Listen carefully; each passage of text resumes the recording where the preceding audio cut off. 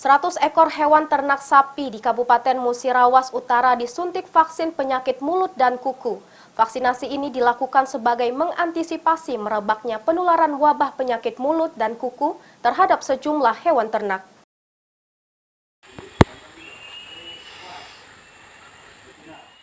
Penyuntikan vaksin PMK sebagai langkah dalam mengantisipasi merebaknya penularan wabah penyakit mulut dan kuku dilakukan terhadap sejumlah hewan ternak.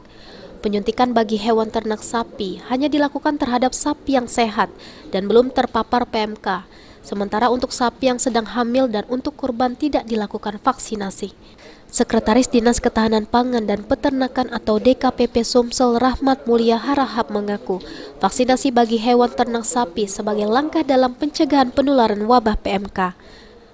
Dengan gencarnya dilakukan vaksin bagi hewan ternak, dirinya optimis wabah PMK yang tengah merebak saat ini dapat segera diatasi, sehingga kerugian peternak dampak dari PMK dapat ditekan.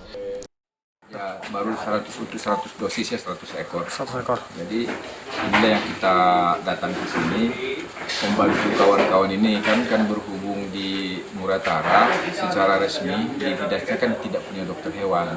Jadi kita datang dari provinsi untuk mensupervisi pelaksanaan vaksin PMK di sini. Jadi alokasinya kita udah dapat dari pusat. Untuk Sumatera Selatan ada 12.200 dosis.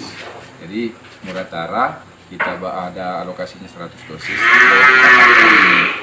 Pembagian vaksin ini alokasi pertamanya itu kepada jumlah populasi ya. Kita dasarkan jumlah populasi di kabupaten atau daerah tersebut. Sudah itu ada tidaknya kasus PMK. Sama perhitungan dari tenaga medis untuk dapat memakai itu kan dia harus dokter hewan yang menentukannya. Di sini kan nggak ada dokter hewan, makanya kita di sini datang, kita bawa dokter hewan yang itu dokter hewan Rudi. Rahmat pun menghimbau kepada peternak di Muratara untuk tetap waspada terhadap penularan wabah PMK. Jika ada indikasi PMK segera dilakukan penanganan dan tindakan. Adi Aryanza, PAL TV.